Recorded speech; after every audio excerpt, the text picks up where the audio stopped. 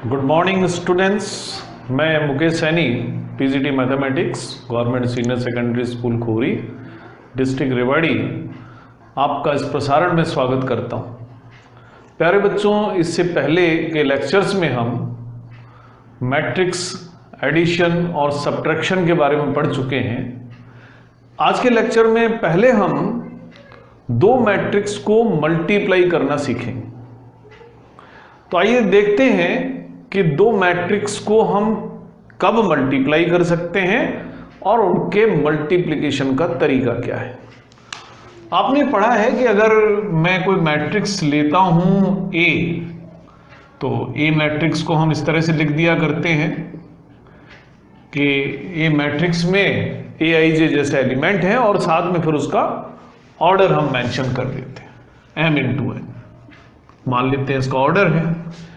अब मैं अगर इसको मल्टीप्लाई करना चाहता हूं किसी मैट्रिक्स से, तो आप यहां देख सकते हैं कि इसमें नंबर ऑफ रोज कितने हैं। तो जो पहला लेटर है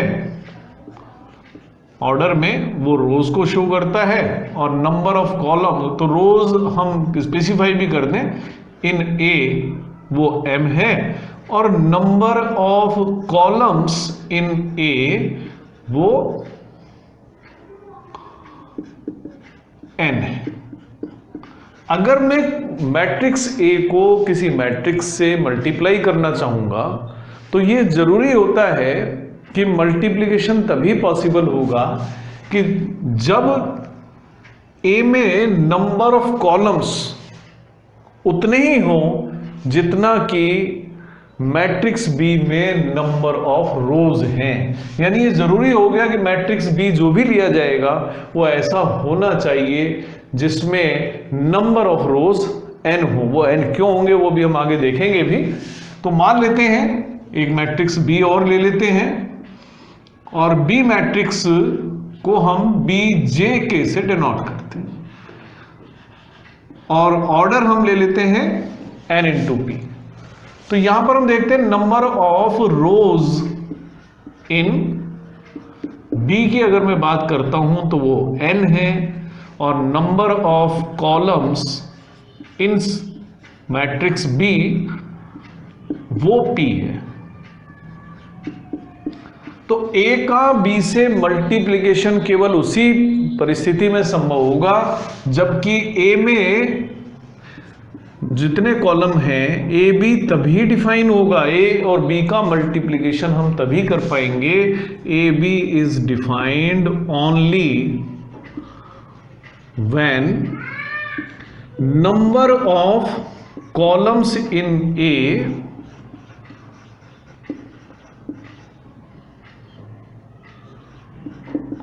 is equal to number of rows in B.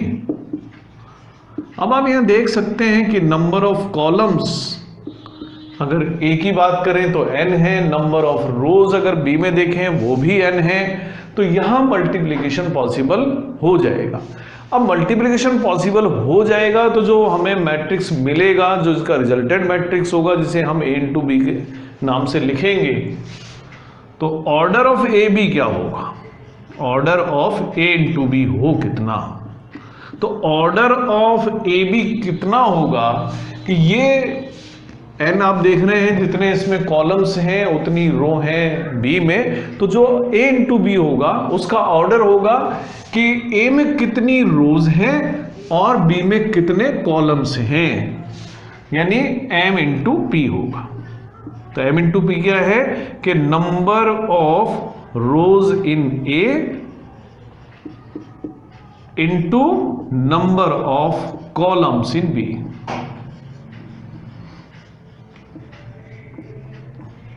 तो ये है इनको मल्टीप्लाई करने का तरीका या कंडीशन कि कब हम इनको मल्टीप्लाई कर सकते हैं। अब हम एक परिस्थिति पर और विचार करते हैं, क्या मैट्रिक्स बी का मैट्रिक्स ए से मल्टीप्लिकेशन हो जाएगा। अगर आप बी इंटू ए देखें तो ऑर्डर ऑफ बी जो है वो n इंटू पी है, order of A m into n है।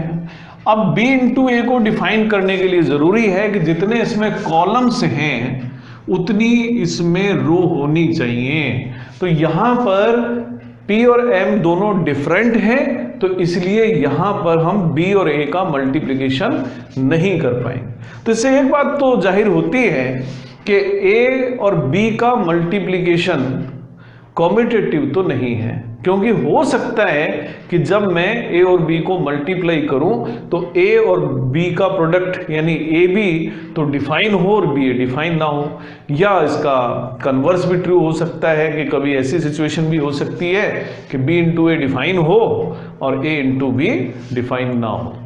अब कई परिस्थितियां ऐसी भी आपको मिल जाएंगी जहां A इंटू B और B इंटू A डिफाइन भी हो रहे हों, तो ऐसा यूजुअली नहीं होता है कि A इंटू बी और B इंटू ए बराबर हो जाए। कुछ परिस्थितियां हो सकती हैं कि जहां A और B का प्रोडक्ट B और A के प्रोडक्ट के बराबर होता है, यानी A इंटू बी और B इंटू ए बराबर होते हैं, लेकिन in general A into B और B इंटू ए बराबर नहीं होते हैं। तो हम एक जनरल अगर रूल माने A इंटू बी और B इंटू ए बराबर नहीं होंगे। तो ये तो थी कंडीशन की बात। अब इनको मल्टीप्लाई कैसे करना है? तो मल्टीप्लाई करने के लिए हम इनका जनरल फॉर्मूले का ही यूज करें। अगर मैं A इंटू बी करना चाहता हूं तो A इंटू बी में जो एलिमेंट्स आएंगे वो किस टाइप के होंगे? तो A इंटू बी में जो एलिमेंट्स आएंगे वो इस प्रकार से होंगे कि कोई भी जो एलिमेंट होगा A इंटू बी में C जैसे एलिमेंट होंगे और वो CIK टाइप के होंगे। वो मिलेंगे कैसे? वो मिलेंगे ऐसे कि आप AI1 लें और उसको B1K से मल्टीप्लाई करें, ऐसे ही AI2 लें B2K से मल्टीप्लाई करें, AI3 लें B3K से मल्टीप्लाई करें, और इस तरह से हम इनका मल्टीप्लिकेशन करते रहेंगे और इनको ऐड कर देंगे। यानी आप इसको ये भी समझ सकते हैं कि summation of AIJ into BJK, इनका जो प्रोडक्ट होगा तो कैसे करना है कि हम जो मैट्रिक्स A लेंगे उसकी फर्स्ट रो लेंगे और फर्स्ट कॉलम लेंगे मैट्रिक्स B का। अब क्योंकि जितनी रोज होंगी उतने ही जितने यहाँ पर कॉलम्स हैं उतनी की उतनी यहाँ पर रोज हैं, तो हर एलिमेंट के कॉरस्पॉन्डेंस में एक एलिमेंट होगा, दोनों को मल्टीप्लाई करेंगे और हम ऐड कर देंगे।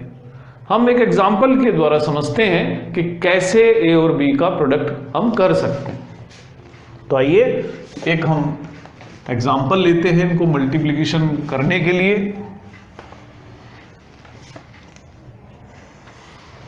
मैं मैट्रिक्स A लेता हूं 1 2 3 4 5 6।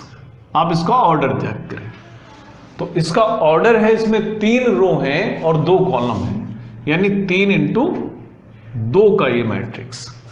अब अगर मैं मैट्रिक्स B लेता हूं तो इसमें जरूरी है कि 2 इंटू एनी नंबर होना चाहिए, यानी उसके अंदर 2 रो होनी चाहिए। कॉलम आप जितने ले सकते हैं, तो 2 रो हम लेते हैं 2 3 1 4।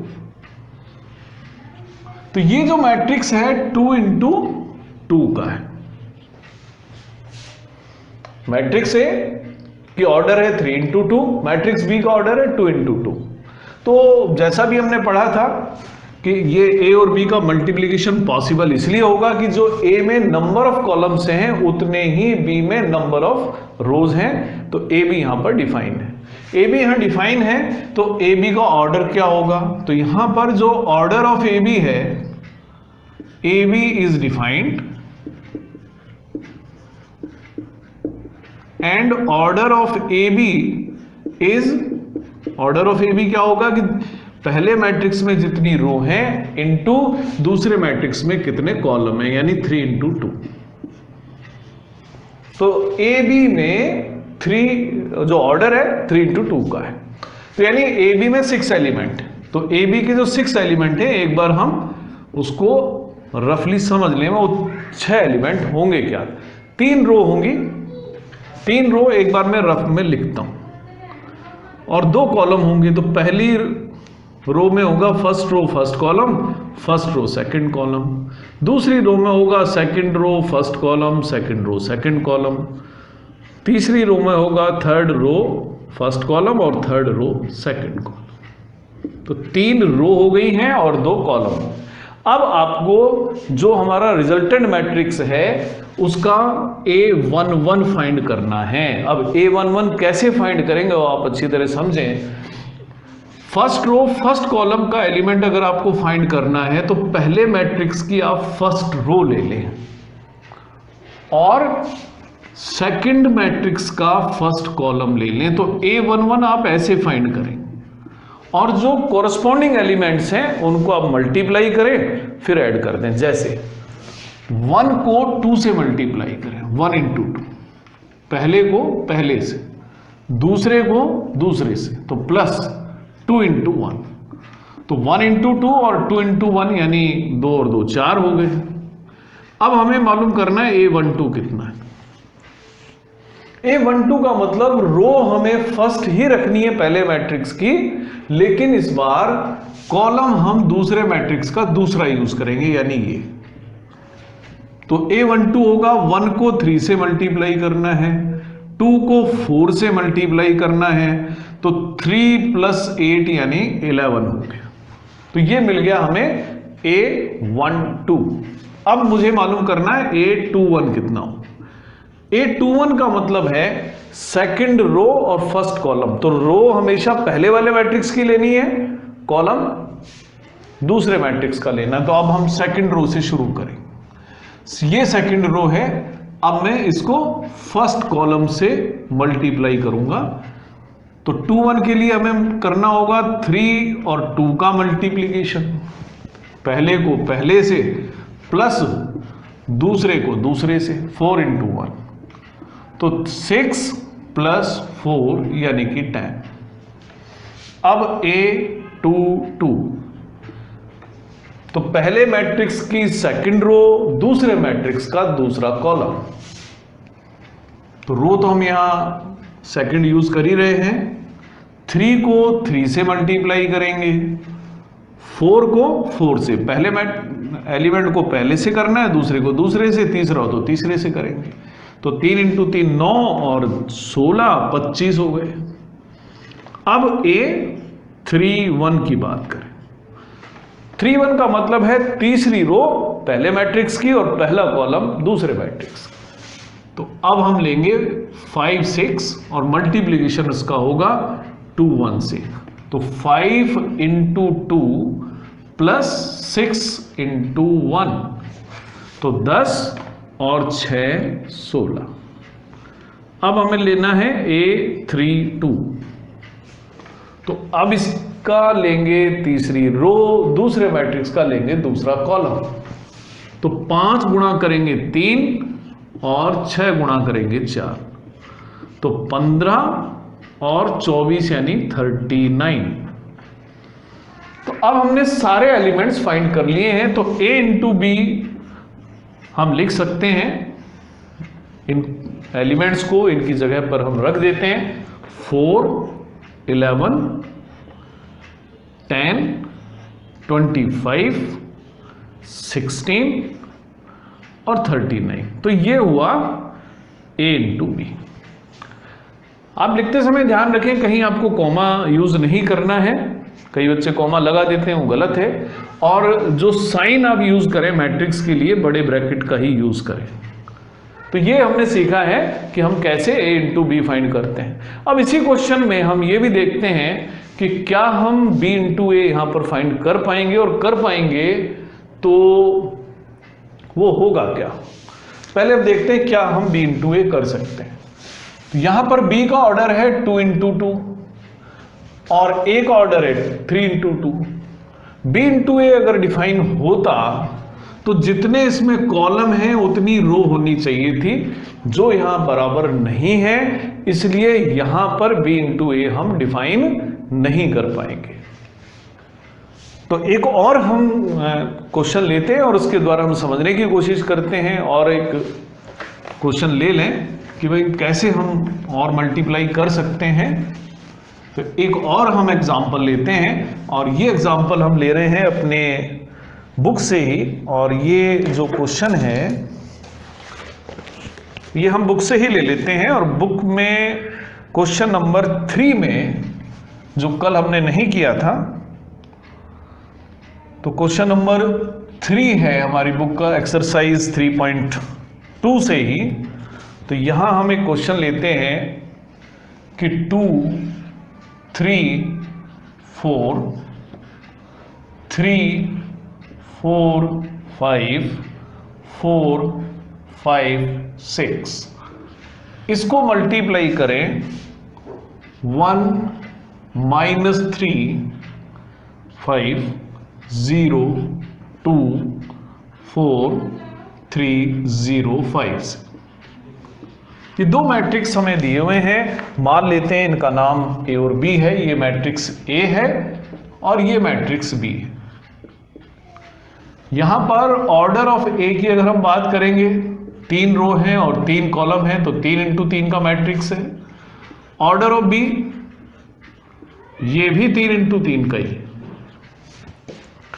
तो ऑर्डर ऑफ ए बी क्या होगा? तो ऑर्डर ऑफ ए बी होगा, पहली बात तो हम देख सकते हैं मल्टीप्लाई होगा, क्योंकि नंबर ऑफ कॉलम्स यहां 3 हैं और बी में नंबर ऑफ रोज थी। तो जो ए × बी आएगा उसका ऑर्डर भी 3 × 3 होगा।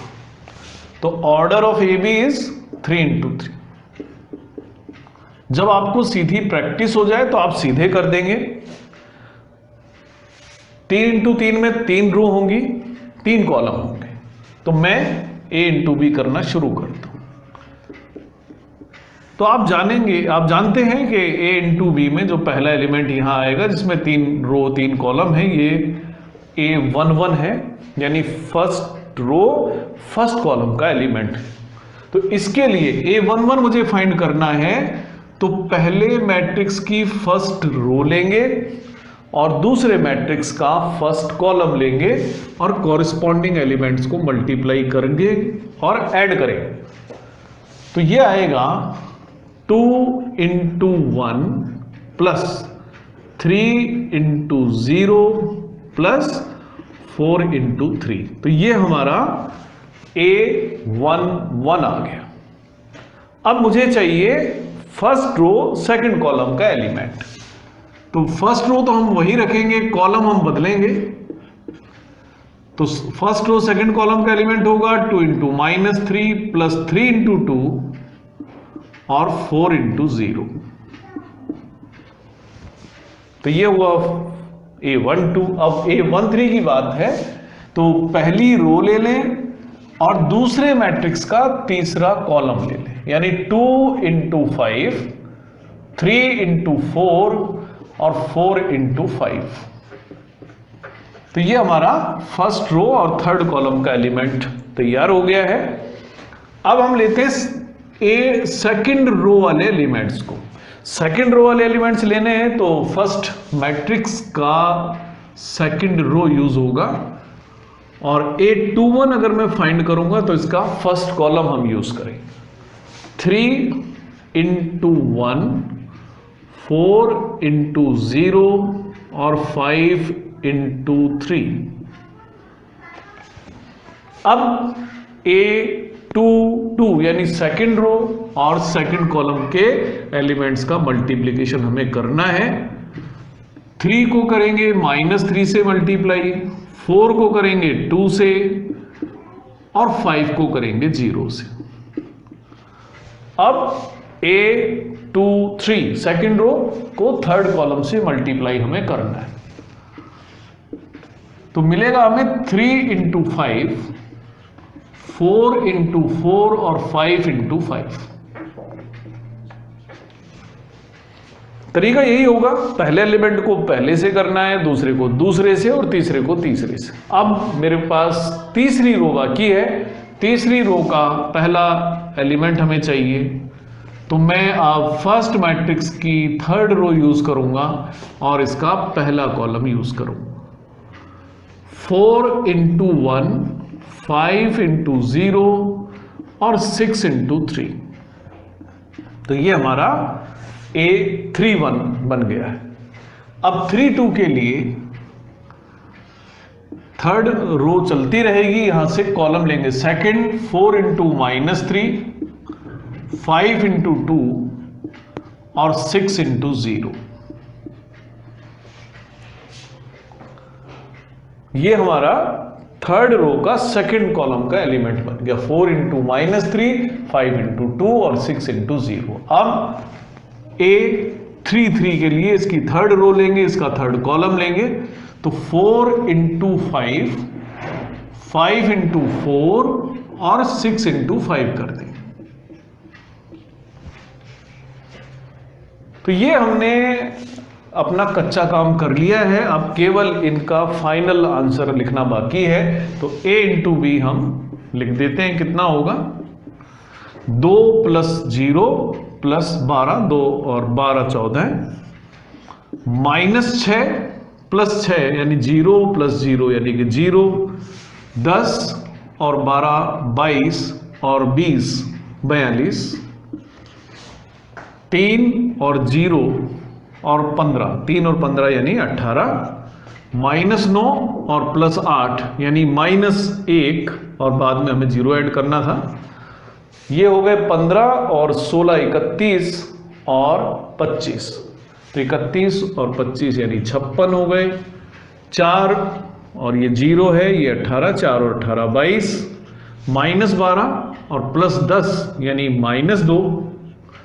अब ये हो गए हैं 20, ये हैं 20, ये 20 और 20 40 और 30 यानी कि 70।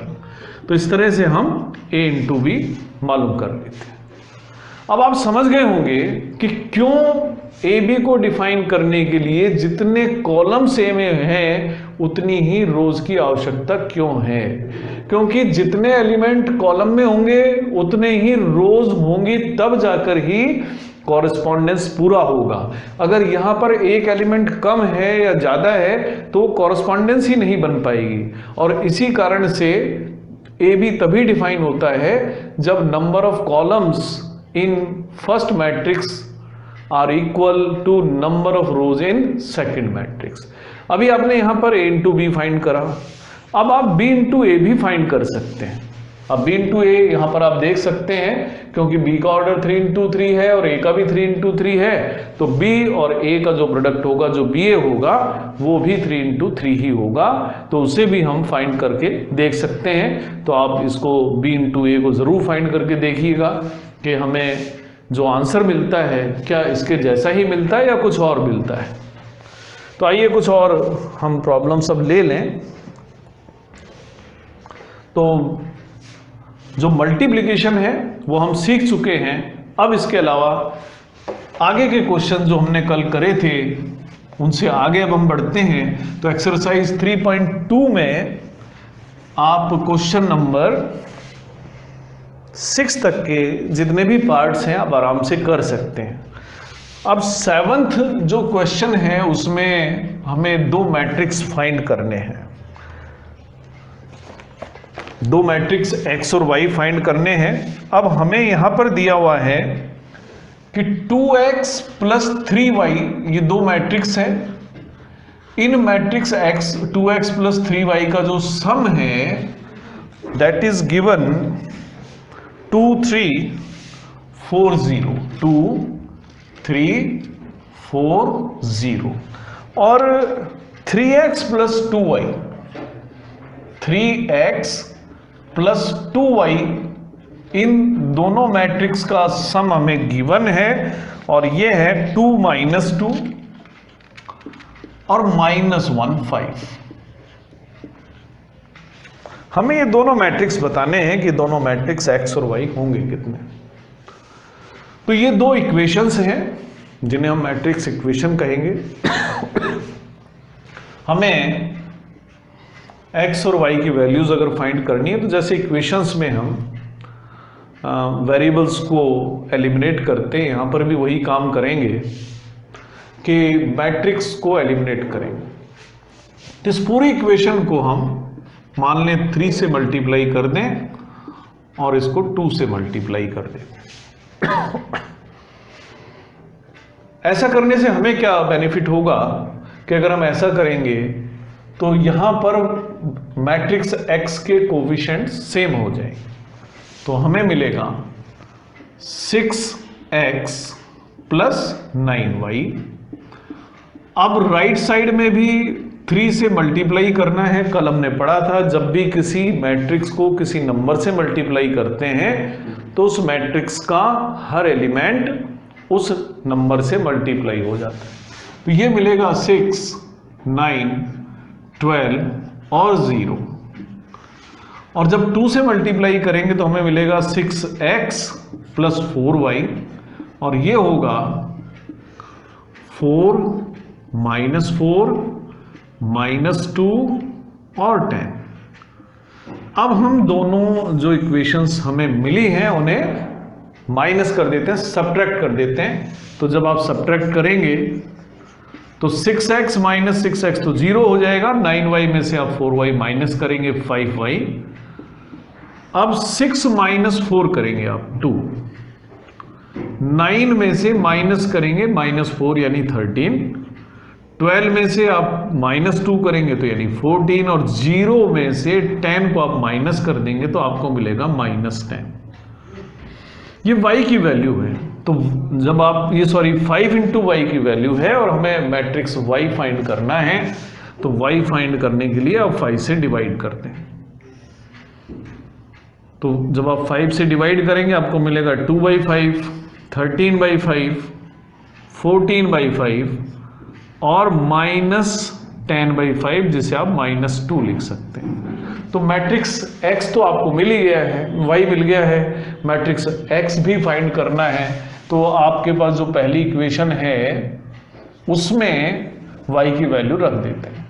तो हमें मिलेगा 2 into x plus 3, y matrix ये है हमारा 2/5, 13/5, 14/5 और -2, और इन दोनों का सम है 2, 3, 4, 0।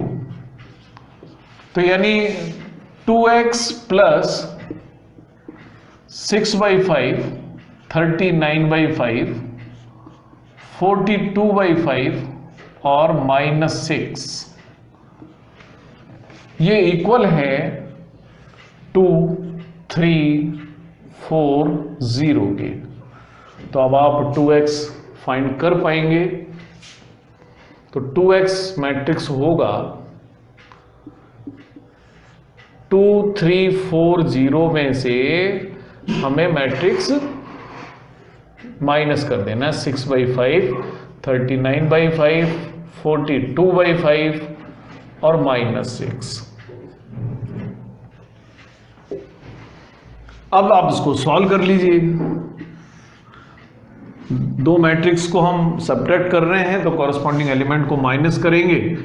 2 माइनस 6/5, 3 माइनस 39/5, 4 माइनस 42/5, 0 माइनस -6 यानी 6।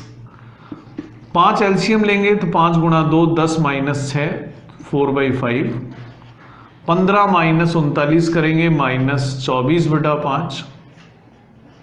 20 माइनस 42 करेंगे तो -22/5 और 6, ये 2 गुणा x मैट्रिक्स की वैल्यू।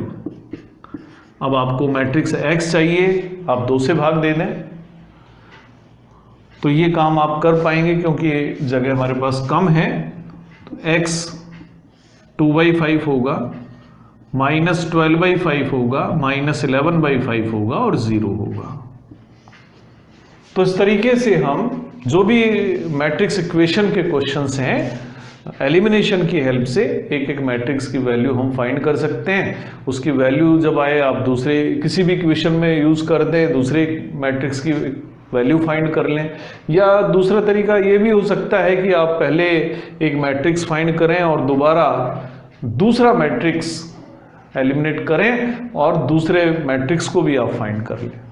तो प्यारे बच्चों, आज हमने मल्टीप्लिकेशन कैसे करते हैं ये सीख लिया है। अब इसी एक्सरसाइज के बाकी क्वेश्चंस में हम इस मल्टीप्लिकेशन की हेल्प भी लेंगे, इनकी हेल्प से और भी जो प्रॉब्लम्स आएंगी वो सॉल्व करेंगे। तो आप अपनी बुक से ये क्वेश्चंस लें, एग्जाम्पल्स लें, उनको सॉल्व करें, और भी आपको जो एक्स्ट्रा बुक्स अगर आपको मिल सकती हैं, एक्स्ट्रा क्वेश्चंस मिल सकते हैं, आप उन्हें भी सॉल्व करके देखिए। आज के लिए इतना ही, धन्यवाद।